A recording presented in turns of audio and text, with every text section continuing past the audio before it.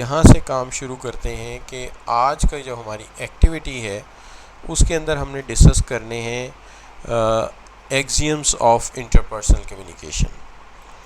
अच्छा, आप में से अक्सर बच्चे जो हैं वो इंटरपर्सनल कम्युनिकेशन के बारे में जानते ही नहीं होंगे, तो एक्सियम कैसे समझेंगे? देखिए, इंटरपर्सनल कम्युनिकेशन हम इस कम्युनिकेशन को कहते हैं जिसके अंदर आप किसी ऐसे बंदे से कम्युनिकेट कर रहे होते हैं, इंफॉर्मेशन एक्सचेंज कर रहे होते हैं, जो 3 सूरतों में है। ठीक है, एक्सचेंजिंग इंफॉर्मेशन, फीलिंग, ठीक है, is a process in which people exchange information, feelings, meanings to verbal, non verbal, face to face communication. But ये 2 ऐसे लोगों के दरमियान होती है जिनका आपस में कोई ताल्लुक़ है, जिनका पहले से आपस में कोई रिश्ता है। तो it is being communicated by the people. तो ये उन लोगों के दरमियान होती है जिनका पहले से आपस में कोई रिश्ता मौजूद है, स्पेसिफिक रिलेशनशिप है, जिसके अंदर ये लोग जो हैं वो फेस टू फेस कम्युनिकेट कर रहे हैं, नॉन वर्बल कम्युनिकेशन कर रहे हैं। तो एक तरह से इंटरपर्सनल कम्युनिकेशन जो है वो इंसान की स्पोकन, रिटन और नॉन वर्बल कम्युनिकेशन का नाम। ये कल भी मैंने जिक्र किया था कि वर्बल वो है जो मैं अल्फाज से अदा कर रहा हूँ, तो words I am using, this is verbal, ठीक है जी। और नॉन वर्बल कम्युनिकेशन वो है जहाँ पर मैं आपको कोई, देखते हैं कि मैं आपको इशारा करता हूँ, रुक जाओ, स्टॉप हो जाओ, मूव करो, ठीक है, मूव करो। तो ये जो है ये आपकी नॉन वर्बल कम्युनिकेशन है। इसमें वर्ड्स यूज़ नहीं हो रहे, इसके अंदर सिग्नल्स यूज़ हो रहे हैं, यानी दूसरे अल्फाज में इशारे कनाए यूज़ किए जा रहे हैं। तो ये बच्चों हम बात कर रहे थे इसके ऊपर। अब जहाँ तक सवाल है हमारे इस सारे इश्यूज़ का जिसको हम डिस्कस करेंगे, सबसे पहली बात तो ये है कि मैंने कहा कम्युनिकेशन प्रोसेस एक ऐसा प्रोसेस है जिसके अंदर हम इंफॉर्मेशन को एक्सचेंज करते हैं, फीलिंग्स को एक्सचेंज करते हैं नॉन वर्बल और वर्बल कम्युनिकेशन के ज़रिए, और it is generally face to face.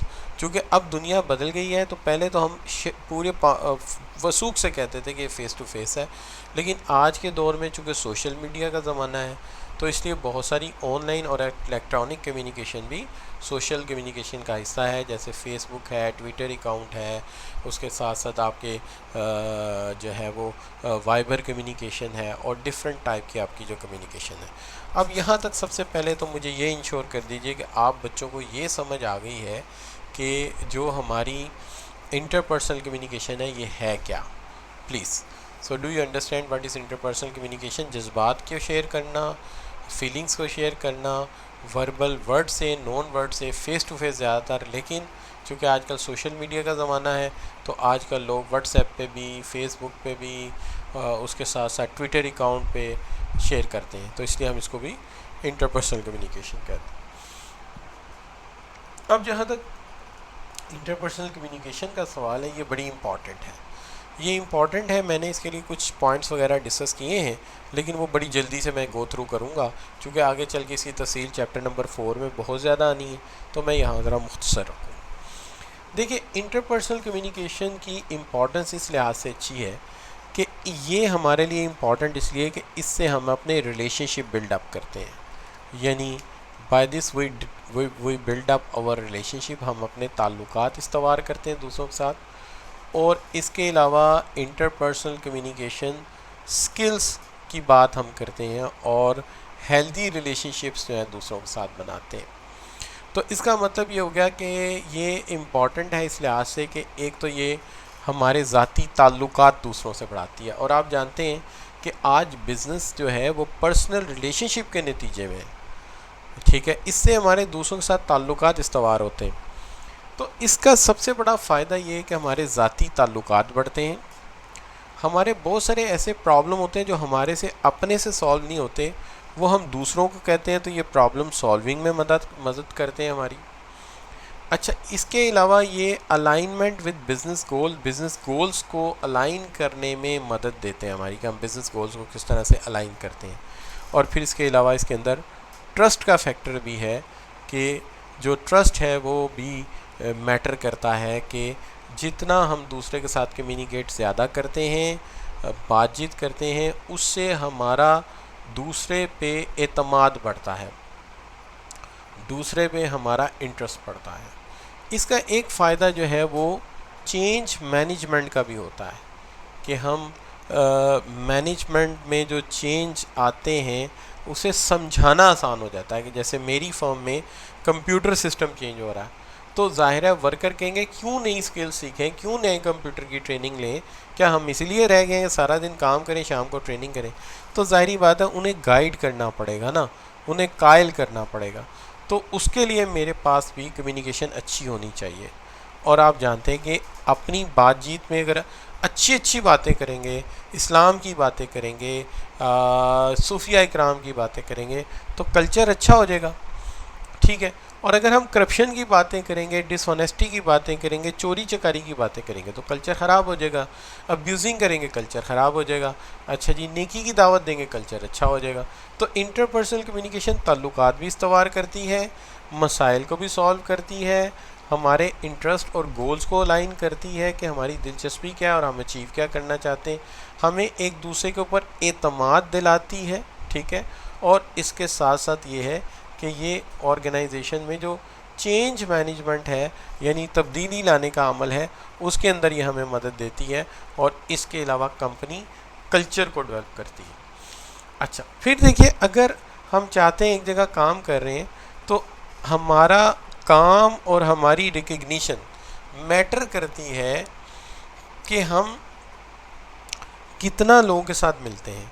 अगर लोग हमें जानते ही नहीं तो हमारी तारीफ़ कैसे करेंगे। लेट्स सपोज मुझे आपका नाम ही नहीं आता तो मैं आपको अप्रिशिएट कैसे करूँगा। इसलिए हमें लोगों के साथ अपनी रिकग्निशन बनाने में भी मदद देती है कि हम किसी को मिलते हैं, मिलकर उसे अच्छी एडवाइस करते हैं। तो जब हम अच्छी एडवाइस करेंगे तो वो समझ जाएगा कि ये एक अच्छा इंसान है, और फिर उसे हमारा नेम भी याद रहेगा। ठीक है। फिर उसे हमारा जो है वो काम भी याद रहेगा। इस तरह हमें ज़्यादा लोग जानने लगेंगे। ठीक हो गई बात। और जब कभी प्रमोशन की बारी आएगी, वो कहेंगे हाँ यार वो बड़ा अच्छा इंसान है, उसे प्रमोट करना चाहिए। और जो बच्चे चेंज मैनेजमेंट का पूछ रहे हैं, चेंज मैनेजमेंट ये होती है कि जब हमें कंपनी में कोई प्लांट चेंज करना पड़ जाए, ठीक है, कोई मशीन चेंज करनी पड़ जाए, या कोई कंप्यूटर सिस्टम चेंज करना पड़ जाए, तो इसको हम कहते हैं चेंज। आम तौर पे कंप्यूटर सिस्टम चेंज करें या प्लांट चेंज करें, वर्कर तो पसंद नहीं करते, वो कहते हैं क्या नए सिरे से फिर सीखो। तो हमें वहाँ पे उन्हें अपने साथ मिलाने के लिए कोई ऐसी कम्युनिकेशन करनी पड़ती है जिससे वो हमारी बात को मान लें। ये होता है चेंज मैनेजमेंट। क्यों भाई? राना अरसलान जफ़र बेटे, कुछ समझ आया बेटा? क्यों भाई? जी Rana Arsalan, do you understand? अच्छा, तीसरी चीज़ है effective management skills. Effective management skills जो हैं ये भी बड़ा काम करती हैं। इफ़ेक्टिव मैनेजमेंट स्किल्स ये होती हैं कि कोई काम है ना, तो वो दूसरों को ट्रांसफ़र करना। चूँकि मैनेजर वो नहीं होता हर काम डंकी वर्क की तरह खुद ही करता रहे। मैनेजर अच्छा वो होता है जो काम को आगे दूसरों को ट्रांसफ़र कर सके, और ट्रांसफ़र करने के बाद अपने काम को आगे ट्रांसफ़र कर सके, और ट्रांसफ़र करने के साथ साथ ये है कि उनसे काम जो है वो करवा भी सके। तो ये भी हमारी जो है कम्युनिकेशन से ये हम समझाएंगे तो कोई काम सही करेगा ना, क्या ख्याल? तो ये भी बात आ जाती है। अब क्या क्या समझ आया? इससे हमारे पर्सनल रिलेशनशिप बनते हैं दूसरों के साथ। अगर मसला अपने से हल ना हो तो किसी से कह के सॉल्व भी करवा सकते हैं। इससे हमारे मकासद हमें समझ आते हैं और उसके मुताबिक हम अपने बिज़नेस को अलाइन कर लेते हैं। ठीक है। इससे हम दूसरों का ट्रस्ट या एतमाद विन करते हैं। और अगर ऑर्गेनाइजेशन में कोई प्लांट या मशीन बदलनी है तो वर्कर को कायल कर लेते हैं बातों से, और फिर अपना रिकग्निशन बनाते हैं अपनी अच्छी बातों से। इफ़ेक्टिव मैनेजमेंट स्किल्स के ज़रिए काम दूसरों को ट्रांसफ़र करते हैं, उनसे काम करवाते हैं और दूसरों को लीड करते हैं। लीड करने का मतलब ये होता है कि अपने नॉलेज से, ठीक है, अपने नॉलेज से, अपनी बातों से दूसरों को इंस्पायर करना। अपने नॉलेज से दूसरों को, अपनी बातों से दूसरों को इंस्पायर करना, दूसरों को अपनी बातों के बारे में बताना और उनसे वो काम लेना। तो ये एक चीज़ होती है कि we came to know how to inspire others, और नॉलेज वगैरह हम शेयर करते हैं इसके अंदर। फिर इसके अंदर एक चीज़ आ जाती है जिसको हम कहते हैं करियर सक्सेस। ये जो करियर सक्सेस होती है ये आम तौर पे मैटर करती है कि हम किस कदर बेहतर तरीके के साथ, हम किस तरह बेटर तरीके के साथ एक दूसरे के साथ जो है इन्वॉल्व होते हैं। और असल में करियर का सारा मैटर ये होता है कि हम किस कदर जो है अपनी जॉब को अंडरस्टैंड करते हैं, हम अपनी जॉब को किस कदर ज़्यादा अंडरस्टैंड करते हैं और कितना काम हम उसके मुताबिक करते हैं, यानी कितनी हम ट्रेनिंग लेते हैं उसके मुताबिक, ठीक है, कितनी हम उसके मुताबिक ट्रेनिंग लेते हैं, कितना हम उसके मुताबिक फिर प्रमोशन हासिल करते हैं। तो ये सारी बात मैटर करती है। ट्रेनिंग, प्रमोशन, ज़ाहिर है बात जी से ट्रेनिंग होती है। भाई मुझे कोई चीज़ नहीं सिखा रहा है तो मेरे साथ बातें ही करेगा ना, मुझे उसके बारे में समझाएगा तो समझ आ जाएगी। इससे मैं अगली जॉब पे प्रमोट हो सकता हूँ। ठीक हो गया ना बच्चों? तो यहाँ तक क्लियर है बच्चों? अच्छा, सक्सेस करियर के आप ट्रेनिंग लेते हैं, जॉब अच्छी परफॉर्म करते हैं, तो अगर आपको अच्छा कम्युनिकेशन आती है तो ही जॉब समझेंगे ना कि मुझे अपनी जॉब में एक्चुअली क्या काम करना है। ठीक है। और जो इफ़ेक्टिव मैनेजमेंट है, इसका मतलब है मैनेजर को काम खुद नहीं करना, काम का भार दूसरों पर ट्रांसफ़र करना है, यानी काम दूसरों को डेलीगेट करना है और उनसे वो काम डन करवाना है। ये बात हो रही बच्चों इफ़ेक्टिव मैनेजमेंट स्किल्स। तो ये सारी की सारी बात डिपेंड करती है आप कितना अच्छी बातचीत करते हैं। जी हनान बेटे क्लियर है? मैनेजमेंट स्किल्स है क्या? मैनेजमेंट इफ़ेक्टिव मैनेजमेंट स्किल क्या है कि अपना काम या ऑर्गेनाइजेशन का काम दूसरों को ट्रांसफ़र करना और उनसे वो काम डन करवाना। क्लियर बच्चे? जी हनान बेटे जवाब नहीं आया आपका, आप हमारे साथ हैं? कहीं डिस्कनेक्ट तो नहीं हो गए? शाबाश। जी बिल्कुल क्लियर। चूँकि असल में आजकल ना इंटरनेट इशू इतना है, बच्चे सारे बेचारे परेशान हैं। अच्छा, कॉन्फ्लिक्ट मैनेजमेंट, आप बताइए आपके किसी के साथ इख्तलाफात हो जाएं, कोई कॉन्फ्लिक्ट अराइज कर जाता है, लेट से देयर इज़ कॉन्फ्लिक्ट, कोई कॉन्फ्लिक्ट अराइज कर जाता है, तो आप उसको किस तरह से मैनेज करेंगे? कोई भी कॉन्फ्लिक्ट अराइज करता है बच्चों, तो असल बात ये होती है कि उसको मैनेज किया जाता है। कॉन्फ्लिक्ट कैसे मैनेज होता है? इख्तलाफ बयान किए जाते हैं, इख्तलाफ की वजह बयान की जाती है, फीलिंग्स का इजहार किया जाता है। तो जब फीलिंग्स का इजहार होगा, कॉन्फ्लिक्ट्स एक्सप्रेस किए जाएंगे, तो ही पता चलेगा ना कि हम क्या बात कह रहे हैं, हम किस तरह से चीज़ों को लेके चल रहे हैं। क्या ख्याल है बच्चों? अब यहाँ पे बात जो है दोबारा से शुरू से करते हैं। पहली बात, अच्छी कम्युनिकेशन से दूसरों से ताल्लुकात बनते हैं। ताल्लुकात बनते हैं तो जो प्रॉब्लम अराइज करते हैं हम दूसरों से हल करवा लेते हैं। दूसरी बात यह है कि इससे हम बिज़नेस के मकासद को समझते हैं और अपने बिज़नेस को उसके मुताबिक चलाते हैं। और तीसरी बात यह है कि इससे दूसरों का चौथी बात यह है कि हम इससे दूसरों का एतमाद विन करते हैं, ट्रस्ट। पांचवी बात यह है कि ऑर्गेनाइजेशन में अगर कोई तब्दीली लानी है, प्लांट बदलना है, सिस्टम बदलना है, कंप्यूटर बदलना है, तो हम अपनी कम्युनिकेशन से वर्कर को कायल कर लेते हैं कि ये ज़रूरी है। कंपनी कल्चर ये है कि अच्छी बातें करेंगे, कल्चर अच्छा होगा। अच्छा, वर्क और एम्प्लॉय रिकग्निशन ये है कि अगर हम किसी से बात करेंगे, कोई एडवाइस करेंगे, कोई अच्छा मशवरा देंगे, तो ही हमारा नेम लोगों को पता चलेगा। और उससे अगली बात ये है कि उससे अगली बात ये effective management skill. Effective management skill ये है कि काम जो आया है वो दूसरों को कैसे एलोकेट करना है और उनसे कैसे कराना है। जाहिर है जब तक हम उन्हें समझाएंगे नहीं कि काम कैसे करना है, they will not understand it. तो इसका मतलब ये है, ये हमें उन्हें समझाना पड़ेगा कि भाई ये काम इस तरह से करो, वो फिर काम उस तरीके से करेंगे तो बात डन हो जाएगी। अब अगली बात जो नेक्स्ट आ गई वो है आपकी लीडरशिप स्किल, कि आप दूसरों को इन्फ्लुएंस करके इंस्पायर करते हो। जब इंस्पायर करते हो तो दूसरे आपके फॉलोअर्स बन जाते हैं। फॉलोअर्स का मतलब क्या होता है? आपके मुरीद बन जाते हैं। फिर आप उन्हें जो भी कहते हो वो करेंगे, ठीक है, अपने इल्म से, अपने नॉलेज से, अपनी स्किल से। और करियर में क्या होता है? करियर के अंदर ये होता है आप जॉब समझ आए क्या है, ट्रेनिंग लेंगे, आगे प्रमोट हो जाएंगे। और कॉन्फ्लिक्ट है तो कॉन्फ्लिक्ट को रिज़ॉल्व करने का तरीकाकार क्या है? कॉन्फ्लिक्ट को रिज़ॉल्व इस तरह से किया जाता है कि कॉन्फ्लिक्ट रिज़ॉल्व करने के लिए आप डिस्कस करते हैं, डिस्कस करके आप फीलिंग्स का इजहार करते हैं और फीलिंग्स का इजहार करके आप मामलात को डिटर्मन करते हैं कि मामलात किस तरह से तय किए जाएंगे। तो ये बच्चों जो है हमारा 11 के 11 पॉइंट क्लियर हो गए। यहाँ तक कोई चीज़ मुश्किल है तो बताइए, शाबाश। अंडरस्टैंड जी, हर चीज़ क्लियर है आपको बच्चों? जी क्लियर है, दैट्स गुड, दैट्स गुड। ये तो बहुत अच्छा हो गया, बहुत अच्छा हो गया जी।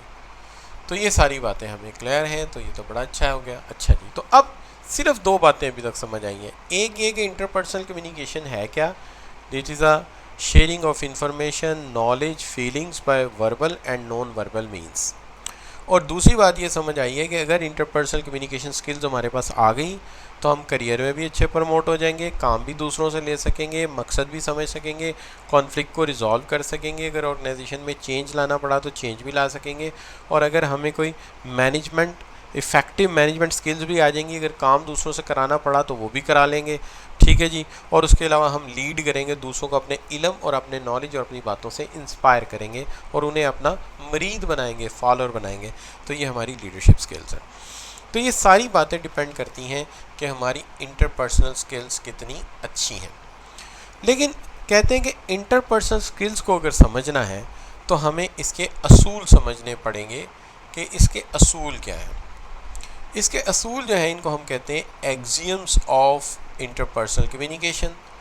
ये बनाए हैं कुछ बहुत बड़े एक्सपर्ट्स ने। इन असूलों को अगर समझ लिया जाए तो बैक वक्त हमारी रिटन और ओरल दोनों तरह की कम्युनिकेशन बेटर हो सकती है, जो हम बेशक लिख कर लोगों से वॉइस व्हाट्सएप पे कर रहे हैं, सोशल मीडिया पे कर रहे हैं, या हम फेस टू फेस कर रहे हैं। पर्टिकुलरली ज़्यादा तो फेस टू फेस आएगा ना। अच्छा, तो इसमें देखिए सबसे पहला एक्सियम याद रखना है। सबसे पहला असूल ये है कि axioms of interpersonal communication explain करते हैं how miscommunication can occur if communicator are not subconsciously align. अगर कम्युनिकेटर एक्सियम्स का ख्याल नहीं रखेगा तो कम्युनिकेशन नहीं रहेगी, बल्कि वो मिस कम्युनिकेशन बन जाएगी। अगर वो मिस कम्युनिकेशन बनेगी तो उससे लोगों से इख्तलाफ पैदा होंगे, बातें क्लियर नहीं होंगी, प्रोसेस डिस्टर्ब हो जाएंगे और कम्युनिकेशन फेल हो जाएगी, नाकाम हो जाएगी। अगर हमें कम्युनिकेशन करनी है अच्छे तरीके से तो हमें इन असूलों को सीखना होगा, और इन असूलों को सीखने के बाद हम जब बात करेंगे तो हमें अपने माथे पे चार्टर्ड अकाउंटेंसी की क्वालिफ़िकेशन पेस्ट नहीं करनी पड़ेगी। हमें हमारी बातों से, हमारे बात करने के अंदाज से लोग ये समझ जाएंगे कि हम एक पढ़े लिखे इंसान हैं, हम एक प्रोफेशनल इंसान हैं। यही वजह है कि ICAP ने इन्हें आपके कोर्स में शामिल किया कि आपके बिहेवियर से लोग अंदाज़ा लगा लें कि you are a professional person. So हम कहते हैं significance amount of communication occur subconsciously. दुनिया की बहुत सारी कम्युनिकेशन सबकॉन्शियसली अक्कर करती है। You don't need to think about subconscious communication. आपको ज़रूरत नहीं है सबकॉन्शियस कम्युनिकेशन की। हर चीज़ जो है वो ऑटोमेटिकली डन हो जाती है, हर चीज़ जो है वो ऑटोमेटिकली हो जाती है अगर हमें ये असूल आते हो। इन असूलों में सबसे पहला असूल जो है वो क्या है? पहला असूल ये है कि communication is inevitability of communication. One can not communicate, one can not communicate inevitability of communication. इसके दो मतलब हैं। वाकई बड़े हैरानगी की बात है, आप हैरान होंगे कि सर कह रहे हैं दो मतलब हैं। बिल्कुल दो मतलब, और दोनों मतलब बहुत ज़्यादा सिमिलर भी नहीं है। दोनों मतलब में या दोनों मीनिंग्स में कुछ फ़र्क भी है। पहला मीनिंग इसका ये है कि इंसान एक सोशल एंटिटी है, यानी वैसे तो कहते हैं human is a social animal, लेकिन चूँकि हम मुसलमान हैं तो हम इसे कहते हैं, हम इन जानवर नहीं कह सकते इंसान को, तो हम कहते हैं इंसान एक सोशल एंटिटी है। चूँकि इंसान एक सोशल एंटिटी है तो वो बगैर बोले नहीं रह सकता। Must speak, must communicate. इंसान लाजमी कम्युनिकेट करता है, लिहाजा ये पॉसिबल नहीं है कि इंसान बगैर कम्युनिकेशन के रह जाए। तो पहली बात ये है कि human beings are social entities, they can not remain without communication. वो बगैर कम्युनिकेशन के नहीं रह सकते। पहली बात तो ये। अच्छा, अब जो दूसरी बात है वो क्या है? जो दूसरी बात है वो ये है कि जो दूसरी चीज़ है वो ये है कि सोशल एंटिटी है इंसान, एंड आप ये कह सकते हैं कि मस्ट कम्युनिकेट, उसे कम्युनिकेट करना ही पड़ेगा और कोई हल नहीं है। अच्छा जी, तो इसकी ना मैं आपको बताता हूँ कि मैं जब पढ़ता था किसी क्लास में, मुझे एग्जैक्ट आइडिया नहीं है, तो वहाँ एक जॉन गेल्सवर्दी का नावल पढ़ा था। उस नावल में वो बताता है कि बरतानिया में एक ज़माने में एक सज़ा होती थी जिसको कहते थे सोलिटरी कन्फाइनमेंट। अच्छा, सोलिटरी कन्फाइनमेंट में ये होता था कि एक चोर है, उसने चोरी की, हमने जुर्माना कर दिया, जेल भेज दिया, नहीं बात है, फिर उसे एक सज़ा देते थे कि उसे गालिबन 15 दिन बग़ैर किसी से कम्युनिकेट किए एक कमरे में रहना। अब ना तो वहाँ कोई इंसान उससे बात करेगा, सिर्फ उसे रोटी फेंक दी जाएगी, खाना वो खाना खाएगा, but nobody will communicate. अब होता ये था कि जब 15 दिन वो किसी से कम्युनिकेट नहीं करता था तो मेंटली बेचारा साइकोलॉजिकल पेशेंट हो जाता था या रिटार्ड हो जाता था, तो माशरे का काबिल ही नहीं रहता था, वैसे ख़त्म हो जाता था इंसान। तो बहरहाल बच्चों, इस लिहाज से आप अंदाज़ा कर सकते हैं कि कम्युनिकेशन इंसान के लिए कितनी इम्पॉर्टेंट है कि अगर एक इंसान कम्युनिकेट नहीं करता तो वो मेंटली ख़त्म हो जाएगा। लिहाजा पहली बात तो ये है कि इंसान बगैर कम्युनिकेट किए नहीं रह सकता, पहला इसका मतलब यही। दूसरा मतलब इसका ये है कि अगर कोई इंसान मुसलसल जो है वो साइलेंट हो जाए,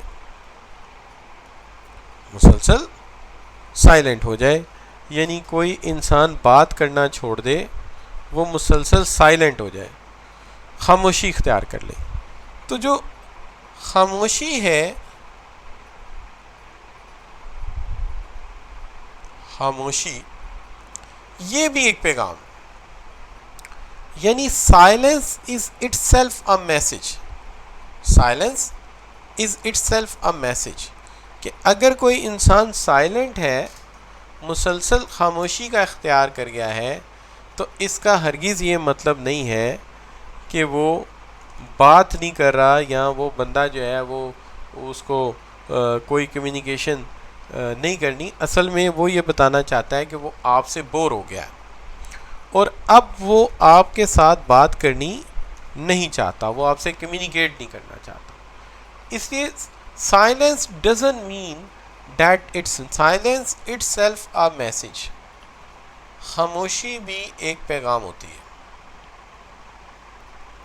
साइलेंस भी एक मैसेज होता है और ख़ामोशी भी एक पैगाम होती है। तो पहली बात तो ये है कि जो सोशल एंटिटी है या जो आपका मामला है, अगर आप कहें कि जो है इंसान जो है वो इस तरह से नहीं है कि वो कम्युनिकेट किए बगैर रह सके, लिहाजा इंसान एक सोशल एंटिटी है, तो इस पहले असूल का मतलब है कि इंसान खामोश रह ही नहीं सकता। लेकिन दूसरा मतलब ये है कि अगर वो कभी खामोश हो जाए तो इसका मतलब ये नहीं कि वो कम्युनिकेट नहीं कर रहा, खामोशी इटसेल्फ एक पैगाम होती है। ठीक है ना बच्चों, कि जैसे फ़र्ज़ कीजिए कि आपसे आपके वालिद पूछते हैं कि बेटा तुम्हारी शादी कर दें, आप कहते हैं नहीं नहीं पापा मैंने नहीं करनी। फिर पूछते हैं कि बेटे तुम्हारी शादी कर दें, कैफ लेवल हो गया, आप कहते हैं नहीं नहीं पापा अभी नहीं, अब मैं सीए करना। फिर आप सीए कर लेते, फिर पापा पूछते हैं नहीं नहीं पापा थोड़ी देर ठहर जाएँ, अभी मैं सेट हो रहा हूँ। फिर वो पूछते हैं चौथी दफ़ा, तो आप खामोशी इख्तियार करते हैं। अब खामोशी का मतलब क्या है? शाबाश जी बच्चों, पहले आपने इनकार किया 4 दफ़ा, इस दफ़ा बात की आपने जवाब ही नहीं दिया, अब इसका मतलब क्या है? शाबाश, को बता सकता? नहीं बता सकता, क्यों भाई? है ना जी, शाबाश।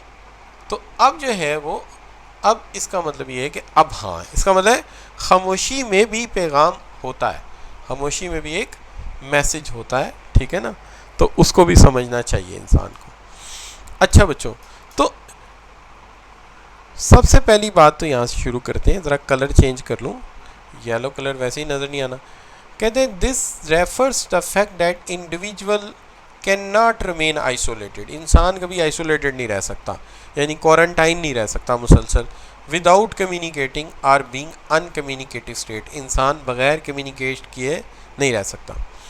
दूसरी बात ये, an individual expression less face, एक बंदे के फेस पे एक्सप्रेशन ही नहीं है, ठीक है जी, तो वो to be communicate, but no means, but by no means uncommunicative, उसके फेस पे कोई एक्सप्रेशन नहीं, इसका मतलब ये नहीं कि वो कम्युनिकेट नहीं करना चाहता, इसका मतलब लैक ऑफ इंटरेस्ट हो सकता है कि उसको आपकी बातों में कोई इंटरेस्ट नहीं है, ठीक है जी। तो पहली बात तो ये हो गई कि कम्युनिकेशन इज़ इनएविटेबल, इंसान एक समाजी एंटिटी है, वो लाजमी कम्युनिकेट करता है और कम्युनिकेटिव स्टेट में रहता है। और दूसरी बात ये हो गई कि अगर वो कभी खामोश हो जाए तो उसका मतलब ये नहीं कि वो खामोश है, इसका भी एक पैगाम होता है, इसका मतलब होता है। अच्छा, अब आप ये कहेंगे खाली फ्रेम क्यों लगाया हुआ है? ये खाली फ्रेम असल में मैंने बचपन में एक मूवी देखी थी, तो उसमें एक सीन था जहाँ से मेरे जहन में वो अनकम्युनिकेटिव स्टेट आया। तो वहाँ पे एक हीरो होता है, उस नेम होता है उसका अमिताभ बच्चन। तो वो पुरानी मूवी थी, यानी मेरे बचपन में मैंने देखी, उससे भी पुरानी थी शायद। तो वो एक लकड़ियों की फैक्ट्री होती है, वुड फैक्ट्री होती है, तो वहाँ पे उसे मैनेजर रखा जाता है जंगल में। तो वो वहाँ जाता है, तो वहाँ पे एक फ़नी कैरेक्टर होता है जो उसका असिस्टेंट होता है, बुलाता है और पूछता है कि ये दीवार पे इतनी तस्वीरें क्यों लगी हुई हैं। तो वो उसे बताता है कि सर ये जो है ना, ये मैनेजर से ये आए थे यहाँ, तो ये सैर करने निकले और फिर नहीं आए कभी, यानी ये इनका मर्डर हो गया, ये मारे गए, तो ये भी मर गया, ये भी मर गया, ये भी मर गया, तो ये मर गए चूँकि इनको मर्डर कर दिया गया यहाँ पे। अच्छा, एक को शेर खा गया, एक को जो हाथी ने पैर के नीचे दे गया, एक को वर्कर्स ने किल कर दिया। तो फिर आगे देखता है तो एक फ्रेम खाली लगा होता है। तो वो उससे पूछता है कि खाली फ्रेम क्यों है? वो कहता है जी जंगल है, जब भी कोई मैनेजर मारा जाता है तो हमें बड़ी दूर से फ्रेम लाना पड़ता है। तो इस दफ़ा जब मैं गया था तो मैं एक फ्रेम फालतू ले आया, ठीक है। अब ज़रा आप मुझे बताइए ये फ्रेम किसके लिए था? शाबाश, ये फ्रेम किसके लिए था?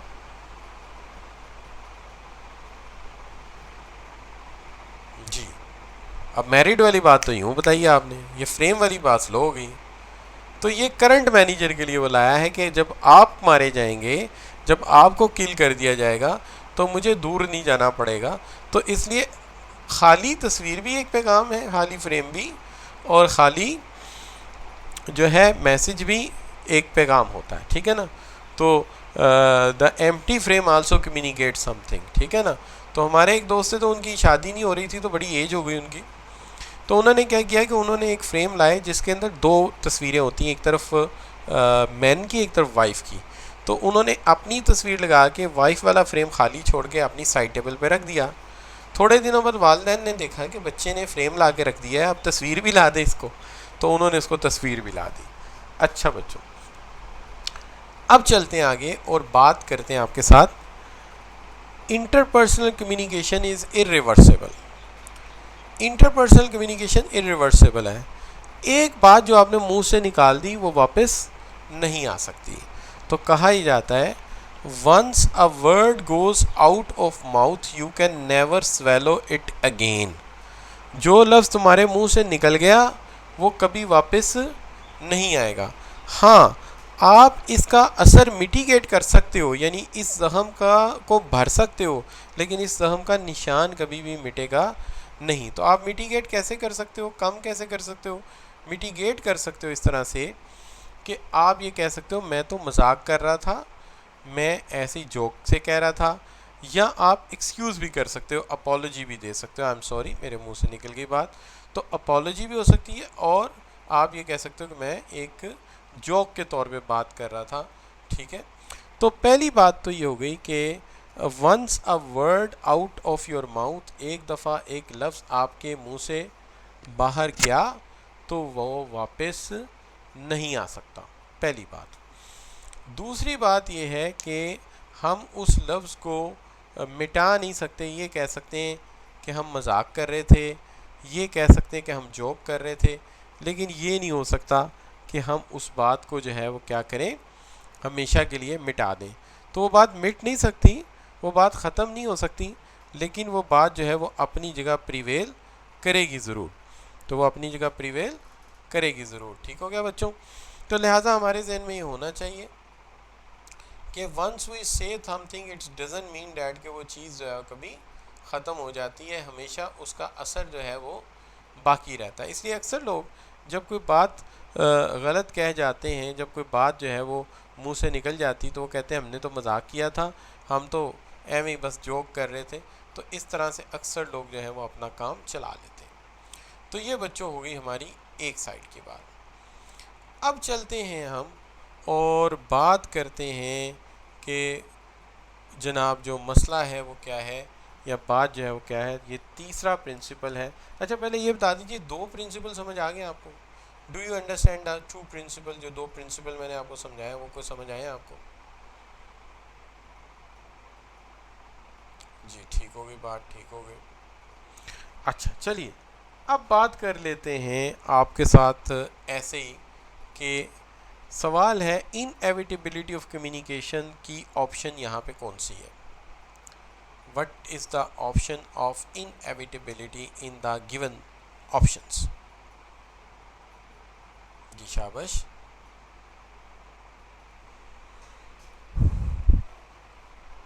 जी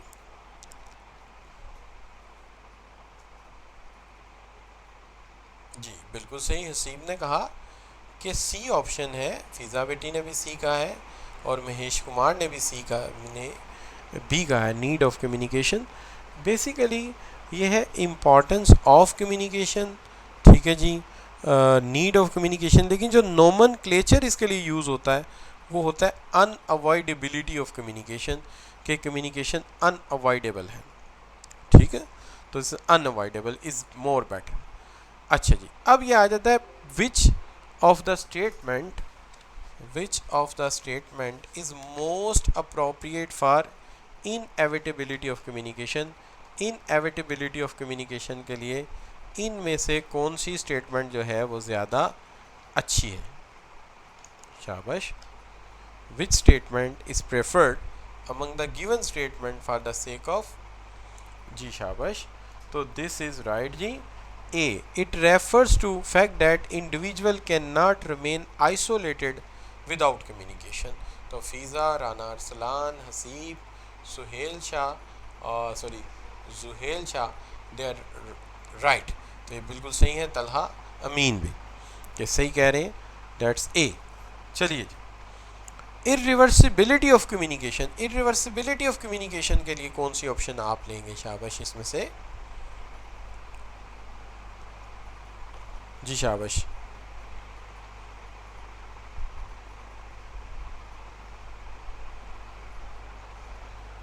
जी वैसे आपने तीनों बातें पढ़ी हैं कि यूसी आपने ये भी पढ़ा है कि what has once been said cannot be called back, adverse impact of message के सब्सिक्वेंटली मिटिगेट किया जा सकता है, और imposing obligation on the other to exercise care for the next time, कि इस दफ़ा तो तुम्हारे मुंह से ये बात निकल गई है लेकिन आइंदा से तुम एहतियात करोगे। तो इसलिए हम इसको डी ऑप्शन पिक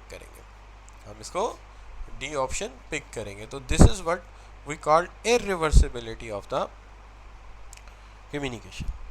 अब आगे चलते हैं तो बात आती है, तीसरा प्रिंसिपल जो है वो है content relationship of communication, dimensions of communication. अब जब आप कंटेंट रिलेशनशिप की बात करते हैं तो कंटेंट रिलेशनशिप एक ऐसा मामला है जिसके अंदर हम ये कह सकते हैं कि सबसे इम्पॉर्टेंट बात तो ये है कि हमें किसी से भी बात करते वक्त इस चीज़ का ख्याल रखना चाहिए कि हमारा उसके साथ नेचर ऑफ रिलेशनशिप कैसा है। इसका मतलब ये हुआ कि अगर हमारी उसके साथ इतनी अंडरस्टैंडिंग नहीं है तो फिर यकीनी तौर पर हम उसके साथ जो है वो कम्युनिकेट, वो बात कर सकते हैं नहीं कर सकते, तो ये तो अंडरस्टैंडिंग की बात है।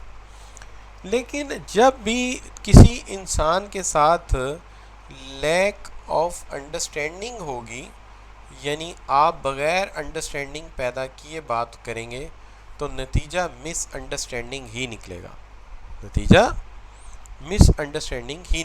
वो क्यों?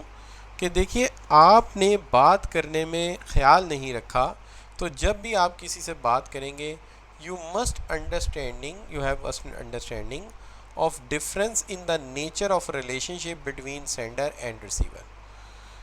Lack of understanding of relationship dimensions of communication could give rise to conflict and misunderstanding. अगर हम ताल्लुकात में इस चीज़ का ख्याल नहीं रखेंगे तो इससे इख्तलाफात जो है वो बढ़ेंगे।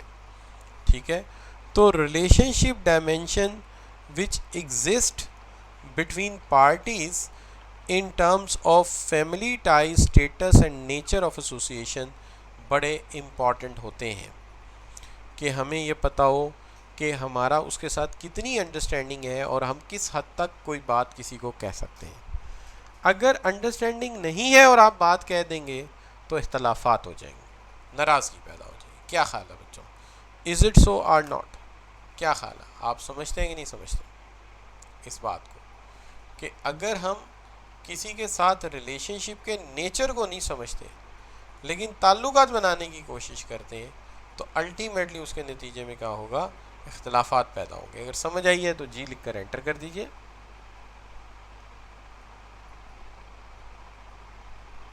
जी शाबाश, बिल्कुल ठीक होगी बात।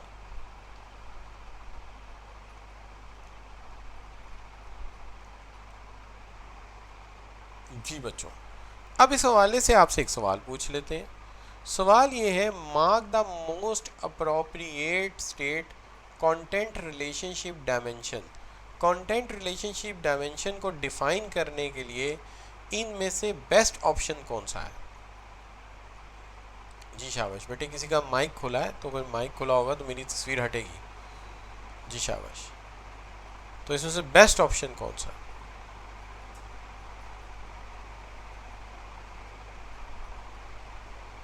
जी शाबाश,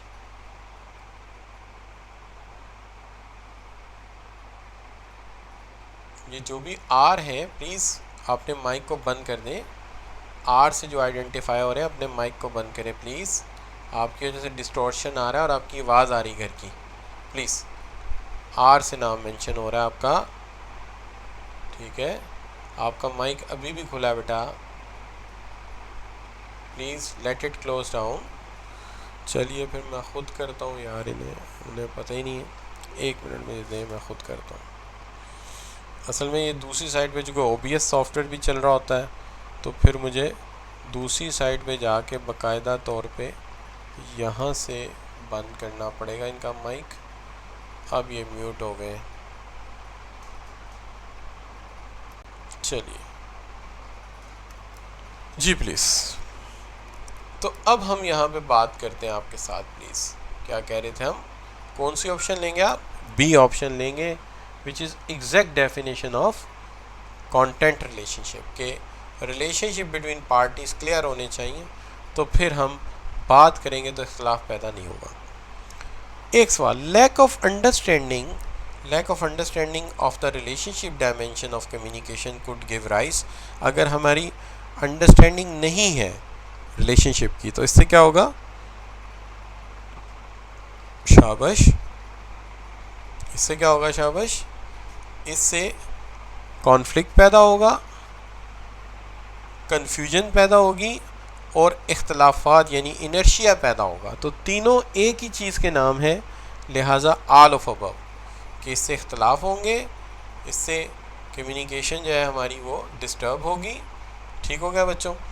तो यहाँ तक 3 इंटरपर्सनल कम्युनिकेशन के एक्सियम्स मैंने पढ़ा दिए। ज़्यादा टाइम आज इसलिए लग गया कि पहले इंटरपर्सनल कम्युनिकेशन समझानी पड़ी, किताब में समझाई नहीं है, डायरेक्ट एक्सियम डिस्कस कर दिए, तो समझानी पड़ी, उसकी इंपॉर्टेंस समझानी पड़ी, इसलिए वक्त लग गया। तो आगे अभी इसके एग्जाम्स चल रहे हैं। We have a further more 3 exams जो हमने डिस्कस करने हैं। 2 एग्जाम्स हो रहे हैं, वो हम करेंगे इंशाल्लाह कमिंग थर्सडे को, तो इंशाल्लाह सॉरी कमिंग मंडे को। तो सी यू इंशाल्लाह tomorrow, sorry on coming Monday. Thank you very much for your joining. आज के लेक्चर की अंडरस्टैंडिंग को अगर हम 1 से 100% तक रैंक करें तो आपकी अंडरस्टैंडिंग कहाँ स्टे करती है? शाबाश,